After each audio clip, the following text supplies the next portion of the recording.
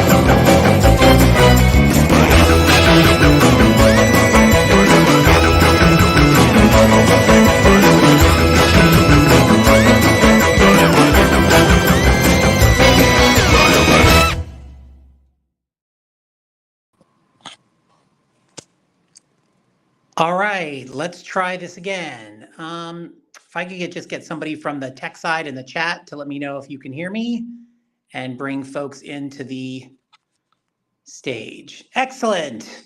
Perfect. Okay. So as everybody else comes on stage, let's try this round two. So welcome to Hacking HR Lab September series on people, culture, and strategy. And today, as the panelists pop on board, we're going to have what I'm sure is a great, surely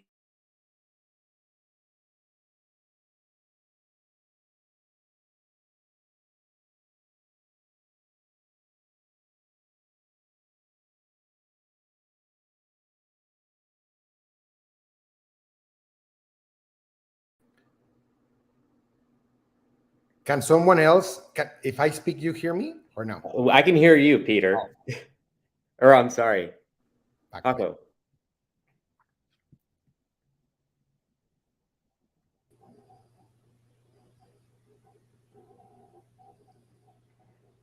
Angela, Paco. I think maybe while we are waiting for Peter to fix things on his end, we'll just get started. So hi everybody, I'm Angela. Let's go ahead and have the rest of the panelists introduce yourselves. Tell us a little bit about your background, and maybe tell us what city you're calling in from today, and then we'll get started. Who would like to start? I can go ahead. Hey everyone, Paco Farias. I have over a couple of decades or more of experience in the people and culture side, working in large, medium, and small companies globally.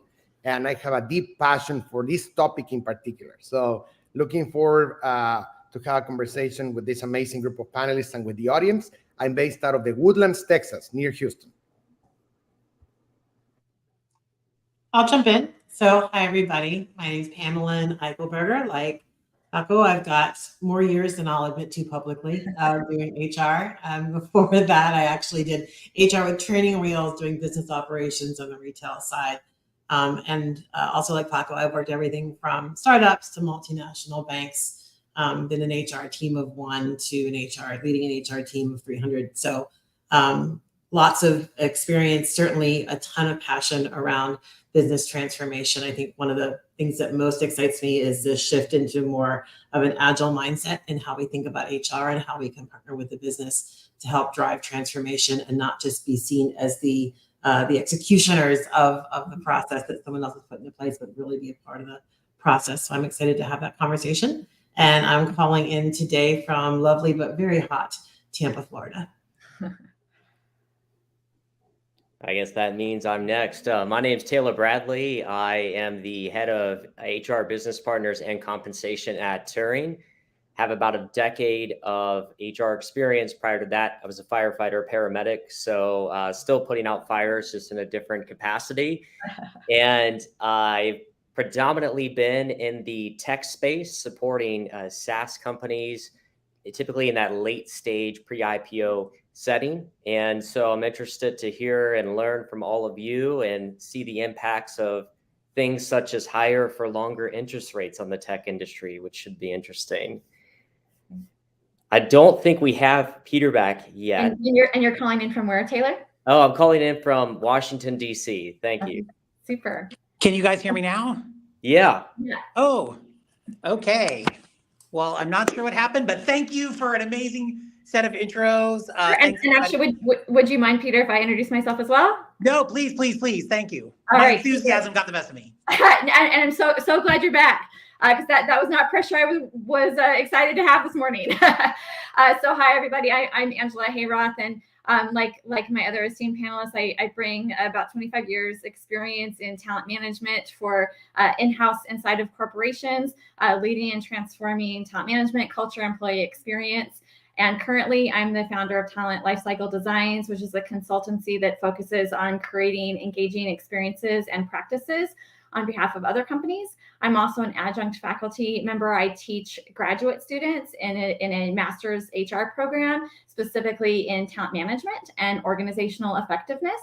And I'm calling in today from Denver, Colorado. Awesome. Thank you. I'm Peter Searcy. I'm winging it today from a government conference room. As you can see from my auto shut off lights, so I may have to like wave my hand around to see if I can get them to turn back on. I'm with the FBI, former head of talent acquisition. I'm currently an executive in finance, and we are gearing up for a federal government shutdown here this week. So as you might imagine, in finance, all hell is breaking loose, and so it's been a crazy morning for sure.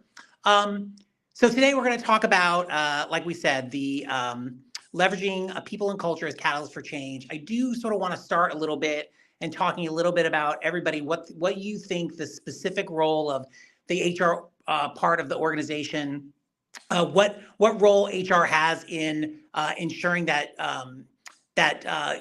change management, culture transformation, as we're trying to drive some kind of business transformation. Is it the change management strategy? Is it the comms? Is it a different role? So like, where do you think, HR sits there? If we can go to Pamela first and then Taylor, and then I'm going to wave my arms around and try to get my lights to go back on. Thanks. Sure, I'm happy to kick it off. I think when I think about transformation, I think about a few things. Number one, obviously, there's a four-pronged approach to think about. One is HR leadership. What's the right operating model for what the business is trying to accomplish? Do we have the right capabilities in place? And do we have the right tech to support those capabilities, right? But that's sort of the pat answer that everybody gives. If you start to dig in a little bit deeper, I think especially given how lean so many organizations have gotten, for me, where I want to lean in, and I'll just default a little bit here. I've been an Agile practitioner for about 8 years. I've been a Scrum Master for 7. And so I tend to bring Agile methodologies into project management whenever I can. And so I think about, as I said before, where we're sort of tasked with leading projects and it's up to HR to drive culture. We can't, right? We're not the arbiters.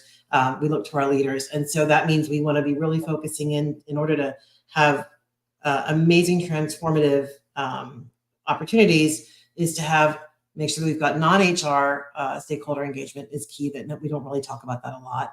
That we're empowering our HR staff, and that we've gotten really good at reprioritizing work. Instead of HR being that sort of here's the employee handbook and here's the rigidity that we are approaching problem solving with, is to really be much more of a flexible and participatory prioritization model. I think makes a huge difference in how successful or not successful transformation exercise can be. And then consistency and transparency, I always wrap up with that. I can't bring people along and get people excited and aligned to a vision if we're not talking about what that vision is. Yeah, great. Taylor, let's go with you. Yeah, for me, I think it's important to also frame up what we're discussing, right? And any transformation, to me, it's really crucial that we understand that the employee-employee relationship is symbiotic. Each side their success is contingent on the others. And to me, the bridge between those two sides is the talent strategy within the business. And our role as senior leaders or executives on people team is to work with the senior leadership of the company to architect a solution that's going to lead to that mutual success. And your talent strategy is the linchpin of that transformation. Turning the symbiotic, that employee-employee relationship into a blueprint for success is critical. And if we lose sight of that, piggybacking off of Pamela here, if we lose sight of that and are implementing different programs that aren't aligning to that mutual success vision, it does come at an opportunity cost of that greater success. And I think that's what today the rest of the panel will all be discussing. And thank you, Peter, on behalf of the panel, for inviting us to participate today too. Yeah, thank you. Angela and Paco want to find out if you have additional thoughts, but Taylor, I love what you said about being that interface and that sort of linchpin to ensure mutual success. I know sometimes it's we're sort of the after the fact, right? It's like, hey, this has been decided, now communicate it. And would love, Angela and Paco, if you have any thoughts about that as well. But again, what role does HR play in these kinds of corporate organizational transformations? Yeah, I love what everybody has already offered into the conversation. I would just add, Taylor used a really, I think, key word, and that was architecting. And I like to use that metaphor a lot when we talk about these kind of roles, because if you think about building a house, the architect can't do it alone, but you need the architect. You need the architect to create the plans and kind of create the blueprints and guide some of the work of the trades. But if you don't have then the construction manager coming in and GCing some of the key work of this electrical goes here and this frame goes over here, and then you don't have the plumbers coming in and doing their job, and then you don't have the actual client at the end coming in and enjoying the house and living in the house, then the architect's job didn't work. So I think about all of that when it comes to something like architecting a transformation, that we've got the people who are really building the process, our construction managers and our tradespeople, which might be our managers and some of those other influencers. We've got the people that are going to live in the house, our employees as they go through the transformation. But if you don't have the architect who have created the blueprints and created the processes, and that's the role I think of that we play, then who knows where they're putting, this framing and this door. And so it really takes all of us, but we have certain roles we each need to play. And that's how I think of the role that HR plays versus the role that some of the other stakeholders play. Oh my God, I love your analogy there. Particularly because we have a firefighter that now leads firefighting squads in the other side. Connecting the dots here, I think one of the things that I like the most, if you had asked me that question, Peter, 10 years ago, I would have probably a very, very different answer, because I tended to be a functionalist. And I think a lot of us have gone through a transformation where you believe that they don't know, it's like us versus them. It's like the business people, they are the bad people. They don't know. We care about people, all of those things. And I think I started to change and transform my view by saying, no, hang on. They're running the business. They're doing their job. How can I be an enabler and a partner for that to happen? On top of, by the way, here's the things that I suggest you do so that we make this on a much better way that helps us attain good outcomes for our internal customers. And so what I'm trying to say is, I was listening to a podcast where someone said that our agenda, in reality, as people leaders, should be the business leaders' agenda. And of course, we will add a people flavor into it, or a culture flavor, or other type of things, rather than just our agenda. And then we try to push everyone to really try and come to it. So I don't know. The reason I'm saying all of this is what our role is then. I think it's to be a partner, an influencer, an architect. I love the component, or what I would say a co-architect. Because if you do not have leadership, if you have cynical leadership with you, which is the typical, and I've been there before, which is, this is an HR project, we'll figure it out. I tell you, it's just not going to stay. It's just not going to work. And I would love to hear from the audience how many of you have been in projects where we get, hours and hours of work, and it's launched and we're all happy about it, and nothing happens after. Why? Because there was really more cynicism around it from leadership and others, because it was an HR project. It was not a business transformation. So I'm, let's have a dialogue about it, because I think there's a lot of good things we can say and dialogue to extract from this.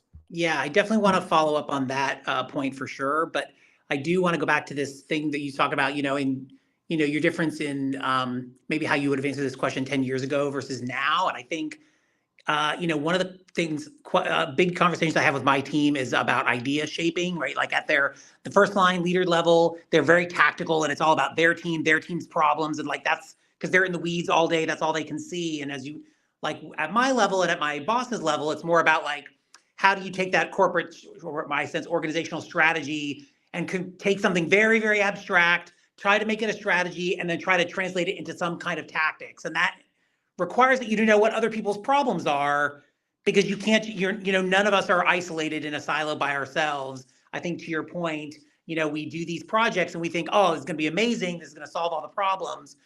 But if we haven't, made all those outreaches, if we haven't, sat in that linchpin place and, built our alliances and talked about cultural transformation, it's not going to go anywhere, because, it's probably going to contradict with something else the organization is trying to do, or another pressure. So like, let's go kind of down that road a little bit, this idea of, we've talked about like HR needs to be a partner. We need to be part of the architecting solution. We need to make sure that we're really in a place where we understand what's happening and they're allowing us to bring our people side to the fore. But what happens if we're an organization where we don't feel like that's it? Let's start first about like working with, creating a culture of collaboration maybe, or transparency, or whatever you want to call it, from HR to the senior level, and then maybe we can wend our way down into like to the population as a whole. So anybody dying to take to first crack at that? Data. We have to be able, as senior HR leaders, data. One of the gaps that I see consistently is that we're really good at having data, but if you can't take it and tell a story with it, a compelling story, to get buy-in, it really is about getting buy-in, right? We have to get our EC members, our C-suite, understanding what it is we're trying to do, why it is we're trying to do it, and how it aligns with actually what their vision is, with what their strategies are. And so step one is knowing what those visions and those strategies are. Step two is being able to take the data that we've got access to and tell a compelling story that shows how we as an HR function and HR leaders at every level add value to it. And we want to overcomplicate it and make it really fancy, and it's really not. It's taking data and creating a compelling story that shows the outcome.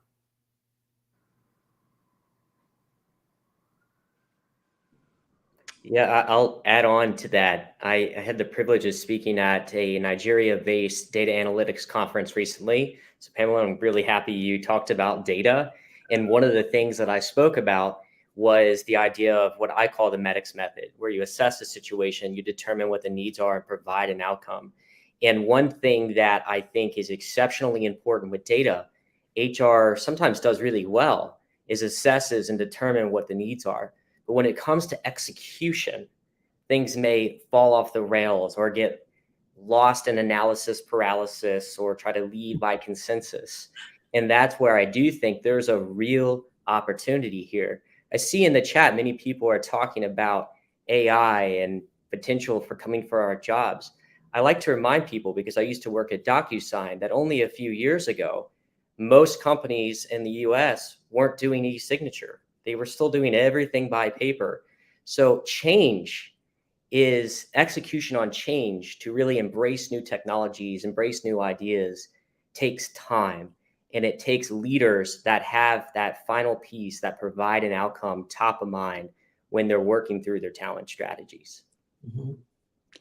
Yeah, I love what you said, but how do you work through the, to your point, the paralysis? Like, I have all this, there's all this data. We can tell a compelling story, hopefully, Pamela, as you said.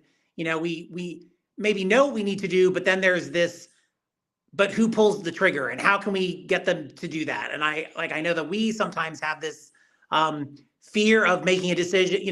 For us, we have a fear of making a decision that's going to make people unhappy, and then we're going to have to unwind the decision later. And so I think that paralyzes us sometimes.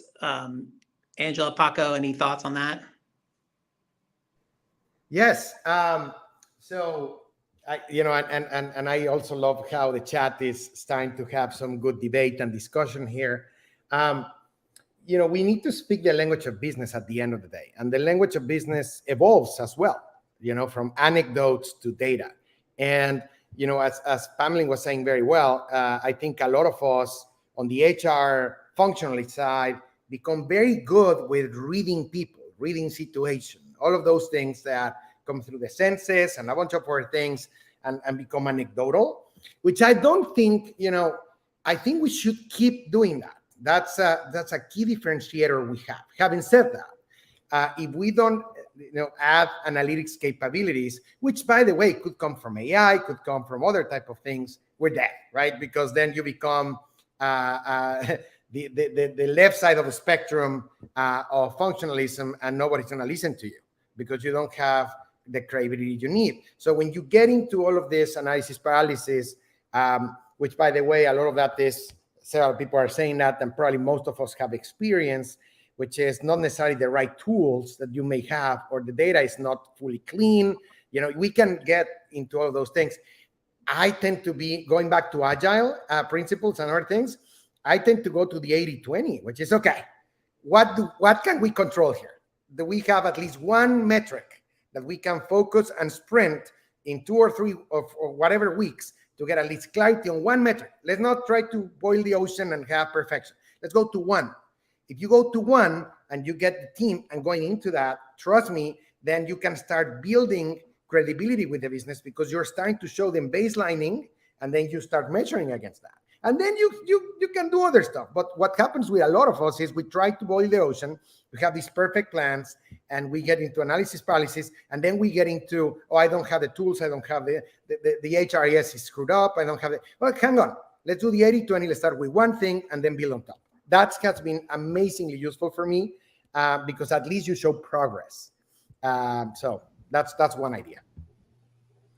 And the other thing I would add is just looking at the chat, somebody had mentioned, well, what if I'm in an organization where I don't have the data, or we don't have access to data, or we don't have good systems that give us some of the data? And I would start with, it almost feels antithetical, but we can feel what is happening. We can feel if people are on the verge of change, or if people are ready to check out, or if people are ready for something new. You can feel that, and then start to put your finger on, what is it that I'm feeling? Am I feeling that people are looking to leave? Am I feeling that people are ready for new challenge? And am I feeling that a certain part of the organization is ready for a reorganization? Am I feeling whatever it is? Then you can start to explore, what is the data that is telling me that feeling is true? Instead of looking for the data first, if you don't have a data set, and then looking for the insights that we've all mentioned. It's almost looking at the insights first and then looking for the data to prove that, if you don't have some of those data that you can go to initially. And you'll tell the story either direction.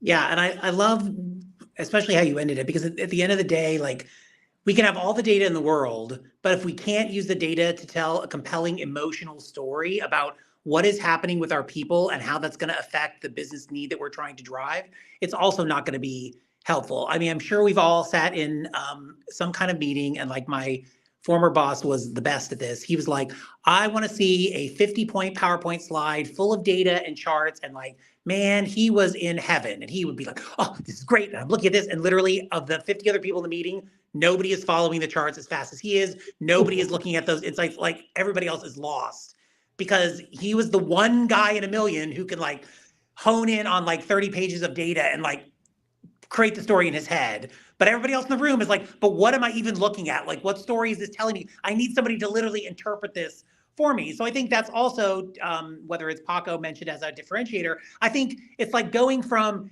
anecdote to data, and then using that data to tell stories again, kind of going back to that personal, emotional moment, but fueled by the data, underneath, right?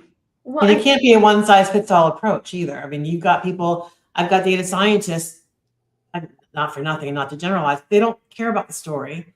They want the numbers and the results, right? And then I've got different leaders, maybe a chief marketing officer or a CEO that's going to want to see the visuals. They want to be brought along in the story. So I think, to Paco's earlier point about being able to influence and understand, what the difference is. Somebody just made a really great point about not being able to drive business transformation without CEO, and resourcing. And I will say, like, number one, most important thing for our role as HR leaders is that non-HR stakeholder engagement. How do we get people excited about their role in the transformation? How do we understand and define swim lanes and get agreement and alignment on that? Because if we don't, Peter, that's exactly why we wind up with that derailment where nothing transforms, nothing changes, and everybody winds up even more frustrated than when they started. So, Joel, I'm so sorry to cut you off. I just realized you had started. So. I was actually just going to say that I think the difference that we're talking about too, between just pure data for the sake of data and giving insights and stories and outcomes from that data, is honestly becoming more and more important in this day of AI. AI can just pull data out of thin air. And that's great. We can utilize that and enable that tool. But if we're not then putting the interpretation on it, then we're not any better than a bot. And so being able to show the humanness, if you will, the subjectivity, the storyline when it comes to that data, that's what we are starting to be able to showcase, and what we're starting to be able to provide, so that we can put on that kind of human element on top of the data that the bot can pull out. And there's a reason in Hollywood that they don't just film scripts. You don't just put literally an image of a script up on a screen and people go to it. There's acting, there's music, there's stories that bring you in, all driven by a data script, right? So you can still do that within your business. And you may have one person in a million. I don't know if it was Paco or Peter that said this, that really wants just to watch the script. Great, be prepared for that. But majority of folks want to hear the story too. And I think that's something that stood out in one of our panels we had last year, where we talked about storytelling in HR. Mm-hmm. A couple people have mentioned having great partner engagement with the non-HR stakeholders in the organization in order to drive transformation. Let's sort of put our, organizational culture hats on for a second and say, like, what are the kinds of things that we can try to do to create an organizational culture where we have those relationships, or we have strong relationships between our partners? Because I think, to Pamela's point, and maybe I forget who else mentioned it, if those don't exist, then you're sort of dead in the water. And so, what happens if you're in an organization that's sidebarred, or they look at you and they're like, yeah, you're the employee handbook people, I'll let you know if I need anything, right? Which I think we've all been in that place too, right? So, like, again, if you think about from a culture point of view, again, like culture as a catalyst for change, like, what are the tenets of a good corporate culture that we need to try to inculcate so that we can create those good HR, non-HR relationships so that we can, be successful? I'll open up and talk about one of my failures. One of my failures many years ago, I was interviewed for an HR business partner role early on in my career. And the head of HR asked me at the time to tell me about what I was doing for the business. And I really vividly remember this because he just roasted me in the interview. He said, "You know HR really well, but you know nothing about the business." And that stuck with me, and it changed the course of my trajectory. Knowing the business is much more than just getting an MBA or knowing some financial terms, but really understanding what the business is trying to achieve, and then working with all layers of management. It may not be with the executive team at first. You may need to garner support with their direct reports to show the value you're bringing and how you're bridging the gap between, as I talked about before, employee and employer. That talent strategy. Once you start delivering outcomes for the business, you will get invited to those executive team meetings. And I think a lot of folks, something important to keep in mind in the chat, if you're early on in your career listening to us, we've all had many failures. There's been many points in our career where we've not been brought into the fold. And through that pain and through those lessons, we got to where we are today. So sometimes we may make it sound easy, but I promise you, it didn't come without blood, sweat, and tears of trying to get that buy-in from the business. I can go next. I worked for General Electric for a few years, and one of the things that they had was a process called Change Acceleration Process, CAP. So if you Google it, you'll find it. And one of my favorite things of CAP was the stakeholder alignment matrix. And I would really encourage all of you to use it. It's so simple, but so powerful. Basically, what it does is you put on a grid and say, okay, I'm going to do a change, a cultural change, whatever you want to do. Who are the key individuals that should be with us on this? And then you can map and say, okay, 0 means that they are kind of, indifferent. 3 or -3 is like they are absolutely against it. And +3 is they are those early adopters that you can partner with. And you can do it a little bit. I know it's always a little bit, not perfect, but it's a great way to start because you can clearly see who are those individuals. I think Pamela said, or Angela, I don't remember, apologize, when you said influencers in the organization. So you can map a couple of those, become very close to them, understand what they do, and then they can help you and become opinion leaders because there's quite a few of those. And then they can also help you map who are those key detractors. One of my biggest mistakes, and thank you, Taylor, for starting that point of vulnerability, is not mapping the detractors fast enough. or believing that I could change them because, I'm HR. Come on, I can do it. No, there's quite a few of those that you need to rally a lot of support to help you change some of those things and different ways of changing that. So if you focus a little bit, and also you can start to understand who of those have more power in the organization than not. And some of them may be the quiet detractors that can fully kill an initiative. That happened to me. I had a 4-month project that we were about to start, and then we had a silent detractor who was the CEO whisperer. Guess what? That person killed the whole project. So I learned the hard way.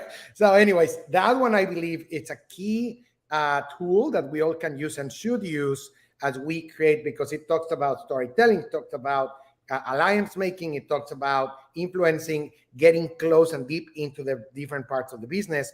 And hopefully you heard that I'm not just saying with the top. It's kind of a broader view that allows you to see the reality of the business as well.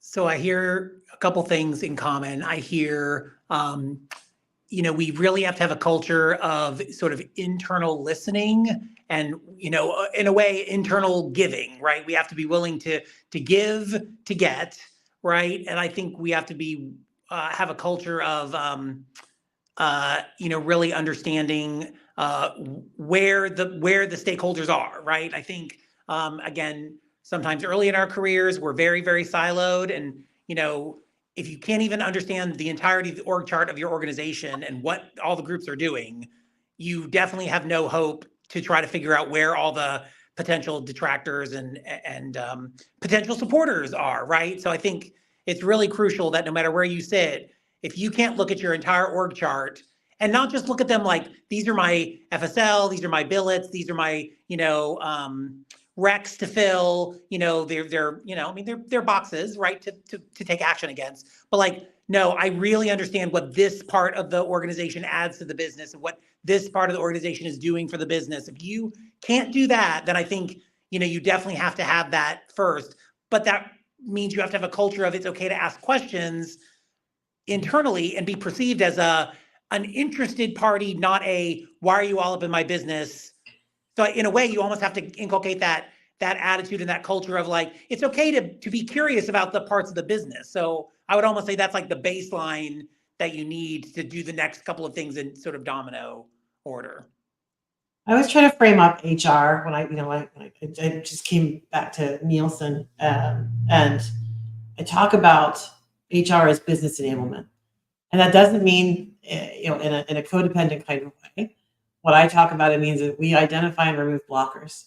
So our job isn't to play dress code police or policy police, right? We're not here to, it's not the personnel sign on the door.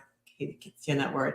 Our job is really to figure out what the business needs before the business knows they need it. Yeah. And we can't do that without asking all those questions, Peter, without having a really good understanding of not only what the strategy is, but also understand what the culture that we're walking into. I'm a huge proponent that culture is not something that HR sets forth, right? Culture is created at every level of the company.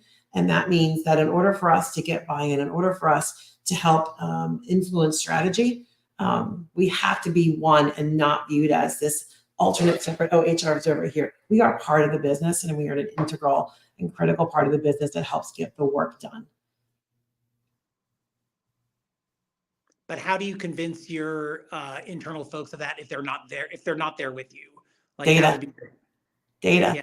And if you don't have the data, to Angie's earlier point, then great. And I can give you a Google Doc that we can create a 5-page, or 5-question pulse survey to start as a baseline, right? You have to start from zero, but there's always a place to start from. And it's really, I'm seeing a ton of questions here on AI and people that are using AI. And I will just caution you, I've done most of my HR career has been in the tech space, and a lot of it with dealing with AI and machine learning. And I will tell you that your chat GPT and your tooling is only as good as the data that's going into it. And if there's any sort of bias in the data sets that are being fed in, it will skew what comes out to an infinite degree. So just as we start to think about AI and how we utilize that to drive strategy and to bring about transformation, we have to be thinking about sort of how we make sure that the data doesn't introduce bias. And can I add something else? So to go back also to your question, Peter, I fully agree on the data side. Having, on top of that, I would say it's so easy for us to get, again, into the defensive mode, it happens to all of us, which is, oh, they want us only to plan parties or only to create a policy. Yes, of course, that's the easy way. Now, if you take a step back and get a little bit more into empathy on their side, it's like, okay, where can I add value quickly and add maybe, add some accomplishment chips into my side so that they can see that I've done stuff before me speaking of what I can do. And there's a million things, folks, that we can do. So if someone tells me that you cannot do something, talk to me and I'll tell you, we'll figure it out. There's a lot of things that for free and a lot of things that you can do pretty quickly to start adding value that is not writing a policy. You can, it could be from coaching someone in a situation, from jumping in a plane and helping out accelerate something, a business issue, supporting on there's so many things that you can do.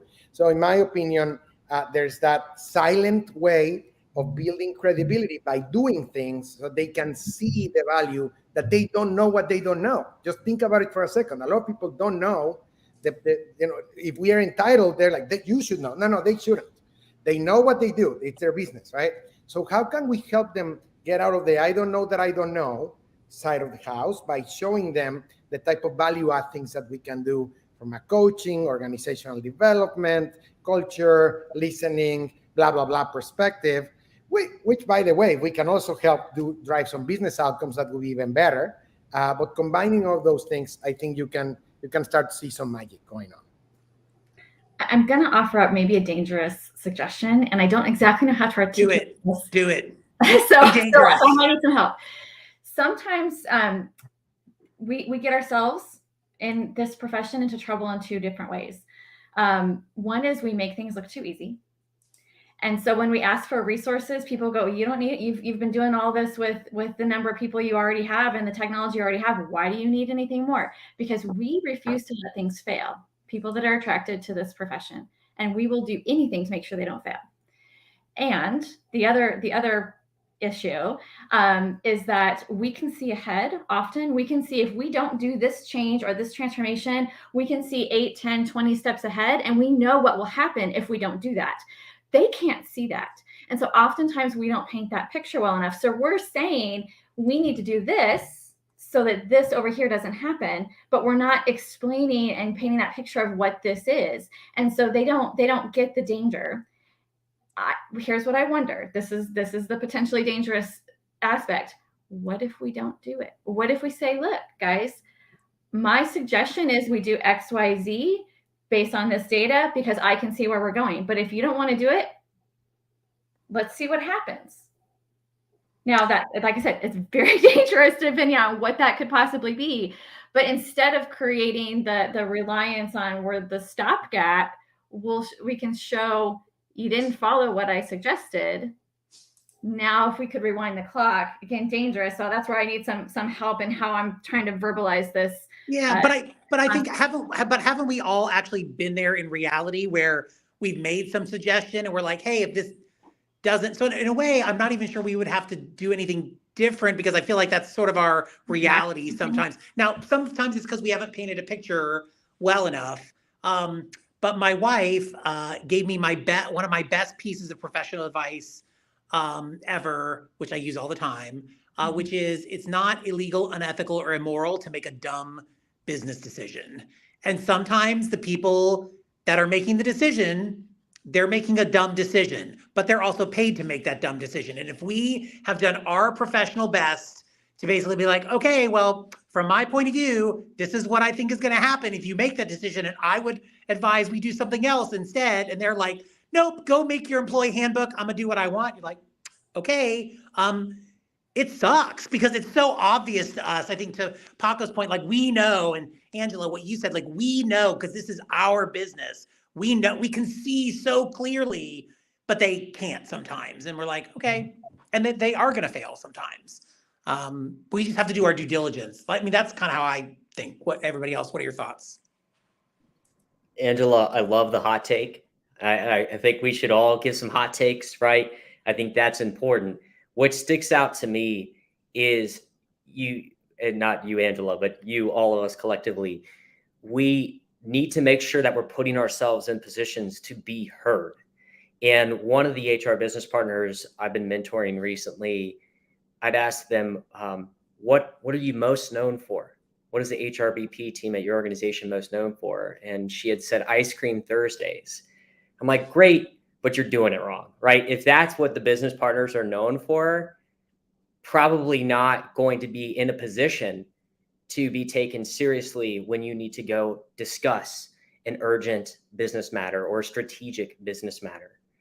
And when it comes to being in that position, one thing that I always reality check myself is we have to be mindful not to blame the audience if they don't like the movie that we've made, right?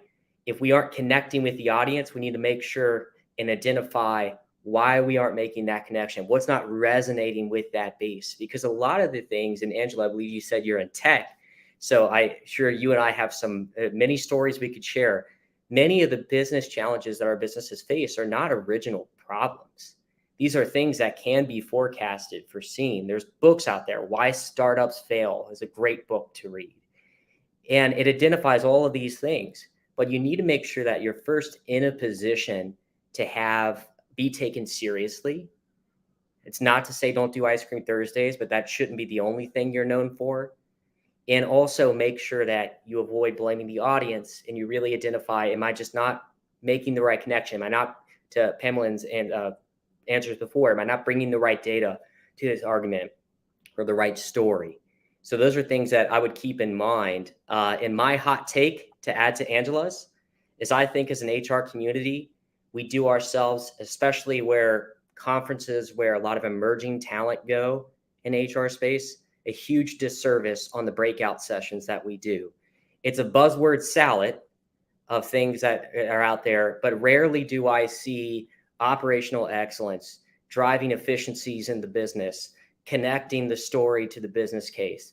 These are breakout sessions that especially our emerging talent in our field need, and I rarely see at HR conferences. So let's pivot to the last sort of piece I want to talk about.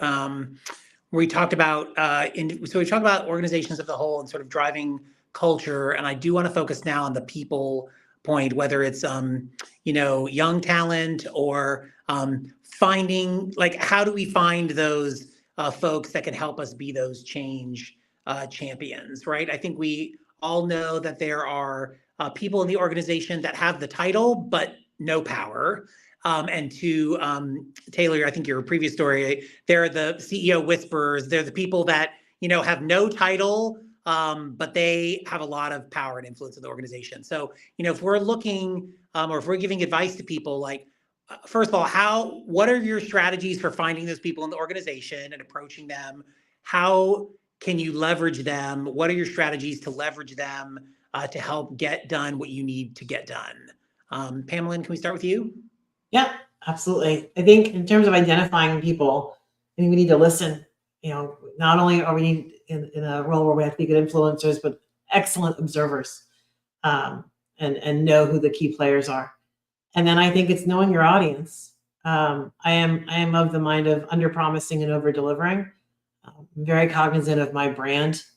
I'm not the birthday cake lady. I'm not denigrating anybody that does that as part of their HR team, but that's not my role. That's not my expertise. Happy to do what needs doing in a startup environment, right? It's all hands on deck, but really being focused on where we can add value and understanding what's needed and how to plug in. So for me, I think step one is understanding where the gaps are or where the most critical, where that low hanging fruit is, and then coming into it with a solution focused approach that lets me figure out how to plug in and add value quickly. And that helps to build trust.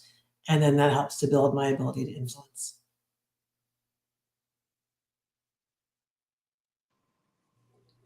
And when I think about finding the influencers that can come alongside and really start to be some of the early adopters that we lean on, it's away from the obvious. So often, I think Paco mentioned this earlier, so often we point to our leaders as those people. They might be, but they might not be.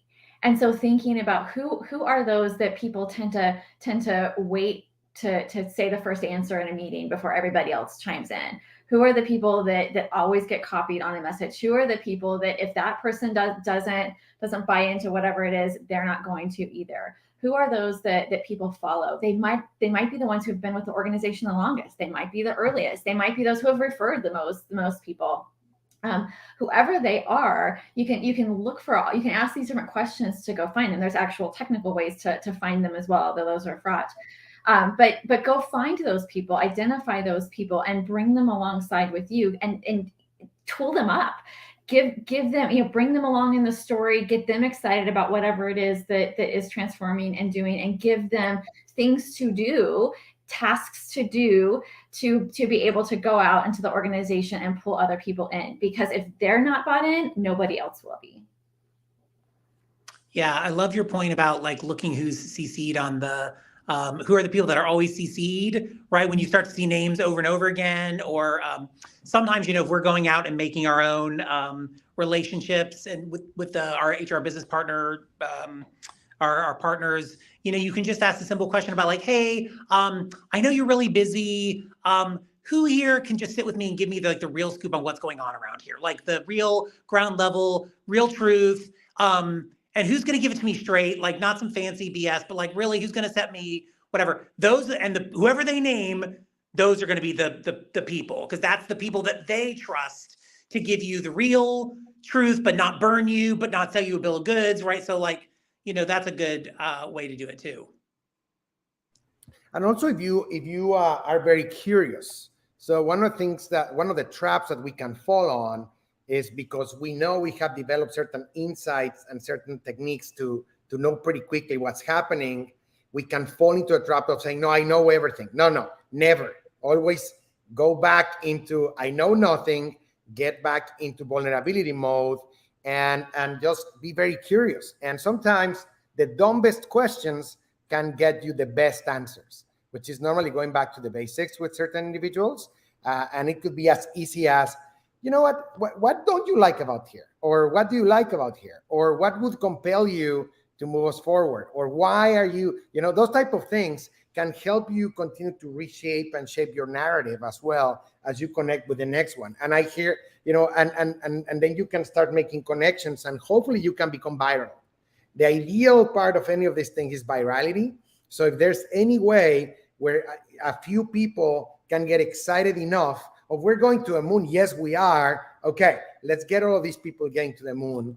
And that's how you really start getting some traction in this type of things, right?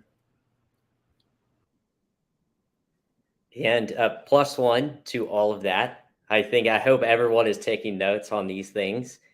The other thing when I start out in any position, is similar to what Peter had said, is you ask for that referral network, because really there's at least two different types of org charts. There's the one that's literally in the org chart, and there's the power org chart, or the people that have that influence, right? Start with someone and simply ask, as Peter had said, who else do you think I should talk to get to know the business? And you'll eventually make that chain around. Some other questions that I prompt people is ask them, what are some of the things they've loved or would like to see improved in their experience with HR, either at that company or in the past? And you will always get a story. It may be tough to hear because sometimes HR does not do great things, right? But you'll be able to start triangulating how the leadership and the power leadership within the company views HR. The other thing that just a practical takeaway, don't only meet with managers, meet with ICs. At some of the tech companies I've worked at, one in particular comes to mind, two people that if I wanted something to be successful in engineering when we implemented it, I knew I had to speak to one of the principal software engineers, and I had to speak to one of our more junior associate level software engineers. Those two individuals could either sink or swim any project that we were implementing. And neither one of them managed teams. And I feel like sometimes we get caught up in that structural, we need to speak with managers first. But make sure you're open with that. And just ask questions. You'll get stories, I promise. I think what I'd love to add to that, Taylor, is to look at the diversity of the people you're asking to. And like, sometimes it's literally like how many men, how many women, how many white folks, how many non-white folks, like, have I asked, it's whatever issue you're dealing with, because everybody's view is going to be different. And, they do have different views of things, and they do see different pieces of the pie. And, part of, I think, what Paco said, in terms of going to ask questions, whether you think they're dumb questions or not, they net you a lot, is because, we're asking questions of these people both to gain information, but also to create relationships and to further relationships. So, it's not that I necessarily need the information from you, because I might actually know it, but what I need is the relationship with you. And so I have to show curiosity and interest, genuine interest in what you're doing and your thoughts. And I will always walk away with something that I did not realize before, because that's how people are. But it's both, right? Okay, we're getting close to the very end. So I do want to make sure that we have an opportunity for everybody to sort of do our standard, like go around the room and leave final thoughts. So again, just bringing it back to the home, like we've talked a lot today about, like, obviously HR has a central linchpin architecting role, to use the term of the day, in driving business transformation. We're all in agreement on that, and we've talked about how to do that, but like leveraging people and culture to do that. So just want to give you the opportunity again.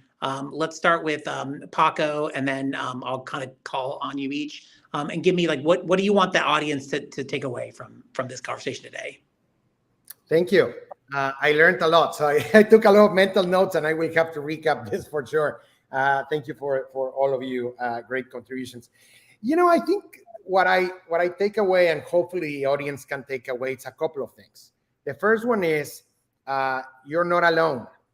And I'm saying this with purpose, because a lot of us in the HR side can feel very alone at times, because on their resourcing, on their whatever. So one person once told me something that stayed with me in my whole career, which is, you are absolutely not alone. Actually, in HR, you can have almost the whole company at your disposal if you're smart enough to have the right relationships.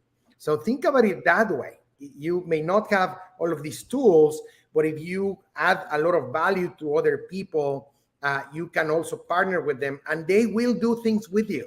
It's fascinating. So again, don't fall into despair. You're not alone. In part of driving transformation, partnerships are key. And the second one is learn the business. So I'm going to go and as all of you, and learn the businesses. Don't go and do the MBA internally, but if, I'm going to steal this from another person, which is, if you move from non-tech to tech, okay, sit down seriously with one of the key developers of whatever your company is doing, and ask them very curiously, like a 6-year-old, what are you doing? How do you do it? And hopefully you can get into a good enough knowledge so that you can then start having conversations with the right background. Perfect. Angela, can we go to you? Wow. So many amazing takeaways. I think that the biggest thing is sometimes we make this harder than it needs to be. And, I think, just between all of the conversation we've had, as well as seeing the chat, we tend to get it. We just don't know how to put it in practice. And yet we know what to do. And so I think just stop making all of this so complicated. Stop leaning in on just the easy pieces, and we too can lead transformation and not just be those that are having transformation experienced around us. Yep. Awesome. Pamela?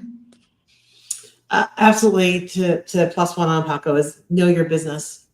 Being able to understand what's important, where the blockers are, is going to help you be part of the solution conversations. And I think that, in terms of our role as HR leaders, as HR practitioners at every level, it's really understanding how to align people's strategy with those business needs, how to use data to connect those 2 points, and how to use data and how to influence people to understand what is needed for future state. So how to get us from today to how to adapt into what's needed tomorrow in terms of skill stacks. So those three key things for me are the cornerstones that I try to not lead, but drive transformational projects on. Yeah, awesome. Amazing point. Taylor? Yeah, for me, one, I would encourage everyone watching this, follow all of these or connect with all of these panelists on LinkedIn. They're amazing to follow. They have great insights and knowledge. So please do that. The other thing that I would think about that Angela had mentioned, so to piggyback off this idea, when I've either led teams or have consulted with HR teams, we do make this too hard sometimes. The constraint is very rarely, but most often blamed, is not budget, it's not tools, it's creativity. And within the teams, to be creative enough to work with the leaders, the tools, the systems that you have to drive impact can be done when you have an unyielding focus on doing the basics exceptionally well. And it may not have the flair, doesn't have some of the buzzwords, but if you do the basics exceptionally well with the things that you have currently, you can drive transformative impact on your business. Yeah, amazing point. I think, again, totally agree with everything.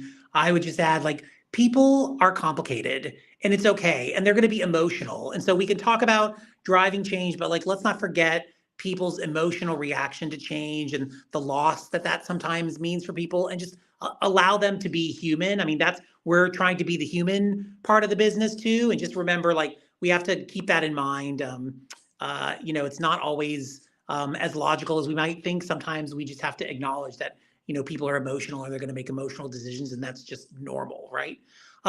Thank you, everybody, for an awesome conversation today. Thank you for the audience for being so patient with our audio issues at the front end. I hope you'll join the rest of Hacking HR Lab for the remainder of their September series and our October series. Again, lots of amazing conversations all the time. Thank you, Angela, Paco, Pamela, and Taylor. Oh. I think we lost them, but thank you all. Thanks, everybody. Great conversation today. Bye. Thank you.